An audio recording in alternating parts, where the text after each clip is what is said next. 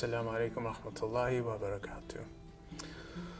So Ramadan gives us a great opportunity for us to step out of autopilot, right? This idea that we're often so busy in our day-to-day lives that we don't take a second to really check in with ourselves, check in with our spirituality, with our families, with our friends, with our communities.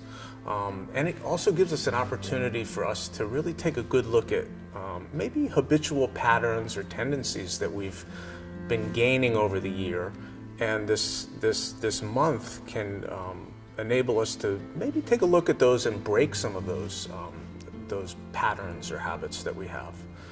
But the only way that we can start doing this is by turning towards ourselves and starting to understand ourselves in a deeper way and starting to pay attention to ourselves in a deeper way. And it can affect our relationship with ourselves. It can affect our relationship with God, of course, and with all of those around us, our entire community.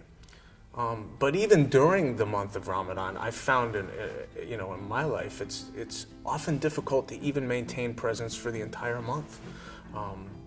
So this thing that we often teach at Tetleaf called mindfulness, right? This idea that we're trying to build awareness to be with what's happening in the moment as it's happening. An example would be, how many times have we gone into prayer to pray, and then the next thing we know, prayer's over, and where's this been the whole time? Probably thinking about the credit card or something else, right?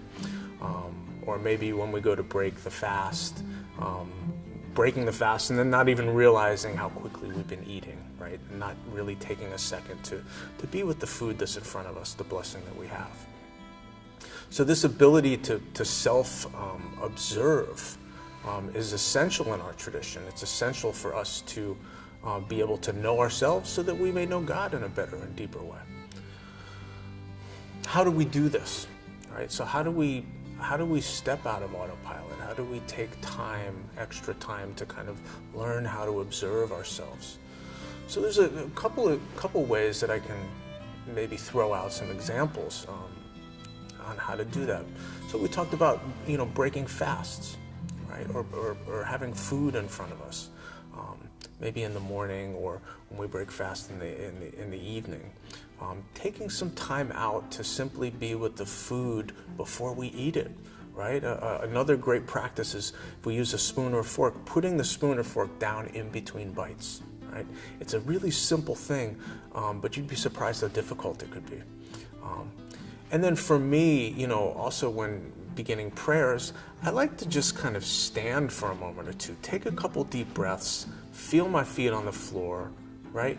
Notice if my mind's already drifting off before I even entered the prayer, and really set my intention then, and then move towards the prayer, right? Move into the prayer.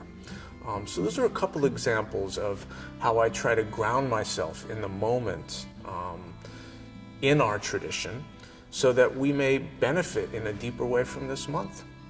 Hope this has been helpful. Take care. Assalamu alaikum.